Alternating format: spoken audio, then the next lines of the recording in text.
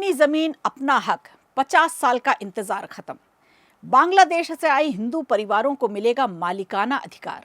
आधा सदी से ज्यादा समय बीत गया, एक ही जमीन पर जिंदगी गुजार दी, लेकिन वो जमीन कभी अपनी नहीं थी। पीढ़ियां बीत गईं, घर बने, बच्चे बड़े हुए, लेकिन कागजों में सब कुछ अधूरा ही रहा।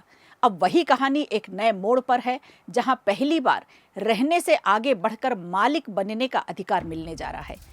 योगी आदित्यनाथ सरकार ने एक ऐसा फैसला जमीन पर उतारना शुरू कर दिया है जो दशकों से लंबित था।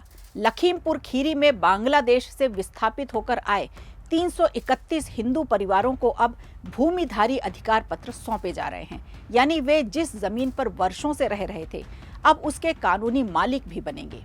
ये मामला आज का नहीं बल्कि 1960 से 1975 के बीच का है, जब पूर्वी पाकिस्तान, जो अब बांग्लादेश है, इससे बड़ी संख्या में हिंदू परिवार भारत आए थे।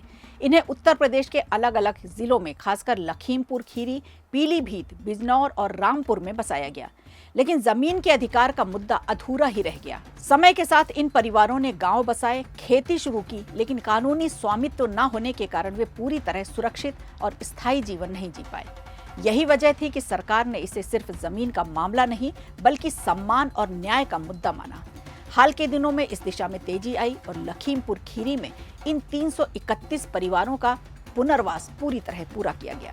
इन्हें अलग अलग गांवों सुजानपुर, मियानपुर, मोहनपुर ग्रांट और अन्य क्षेत्रों में बसाया गया, जहां उन्हें खेती के लिए जमीन और रहने के लिए घर भी दिए गए। सिर्फ जमीन ही नहीं बल्कि इन परिवारों को मुख्य धारा से जोड़ने के लिए कई सरकारी योजनाओं से भी जोड़ा गया। राशन, शिक्षा, स्वास्थ्य, रोजगार और आवास जैसी सुविधाएं उपलब्ध कराई गई, ताकि उनका जीवन सिर्फ सुरक्षित ही नहीं बल्कि आत्मनिर्भर भी बन सके। अब अगला और सबसे अहम कदम है भूमि का कानूनी अधिकार।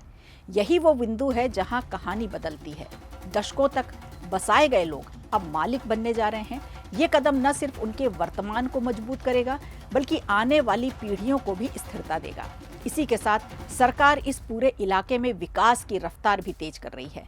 सड़क, स्वास्थ्य, शिक्षा और बुनियादी ढांचे से जुड़ी सैकड़ों करोड़ की परियोजनाएं शुरू की जा रही हैं, ताकि सिर्फ पुनर्वास ही नहीं बल्कि समग्र विकास सुनिश्चित हो सके। अगर इस पूरे घटनाक्रम को व्यापक नजरिए से देखें तो ये सिर्फ 331 परिवारों की कहानी नहीं है, ये उन हजारों परिवारों की उम्मीद का संकेत है जो वर्षों से अपने अधिकारों का इंतजार कर रहे थे।